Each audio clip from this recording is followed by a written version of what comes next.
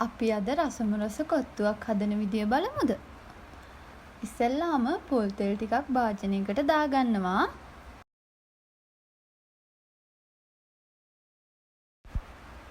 තෙල් ටික රත් වීගෙන එනකොට ඒකට කරපිංචා සුදු ලූණු එකතු කරගන්නවා.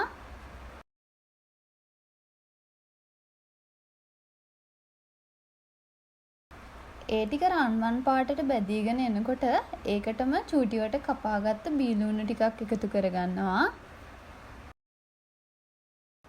ඒ ටිකත් බැදීගෙන එනකොට හීනියට කපාගත්ත මාළු මිරිස් කරලක් එකතු කරගන්නවා.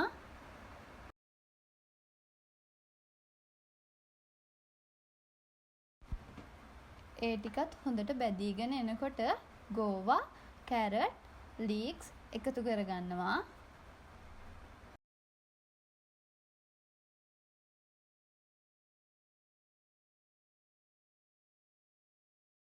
ඒ ටිකත් තැම්බීගෙන එනකොට අපි එකට බිත්තරයක් එකතු කරගන්නවා. ඊට පස්සේ හොඳින් කවලම් කරගන්නවා. මෙතෙන්දී චිලි පේස්ට් ටිකක්, ගම්මිරිස් ටිකක්, මිරිස් කුඩු ටිකක්, ලුණු කුඩු ටිකක් එකතු කරගන්නවා.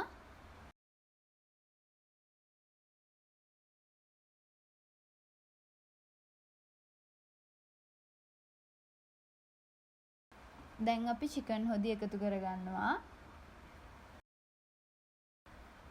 ඊට පස්සේ අපි කොත්තු රොටි එකතු කරගන්නවා.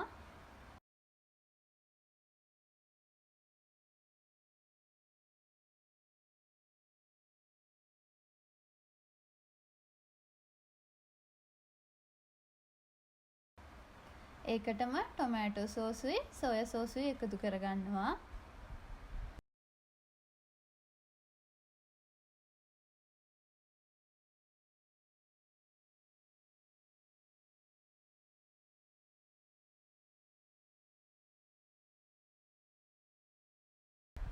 දැන් අපේ කොත්තුව හරි. ඔයාලත් කාලා රස කොහොමද කියලා පල්ලෙහාන් කමෙන්ට් එකක් දාගෙන යන්න.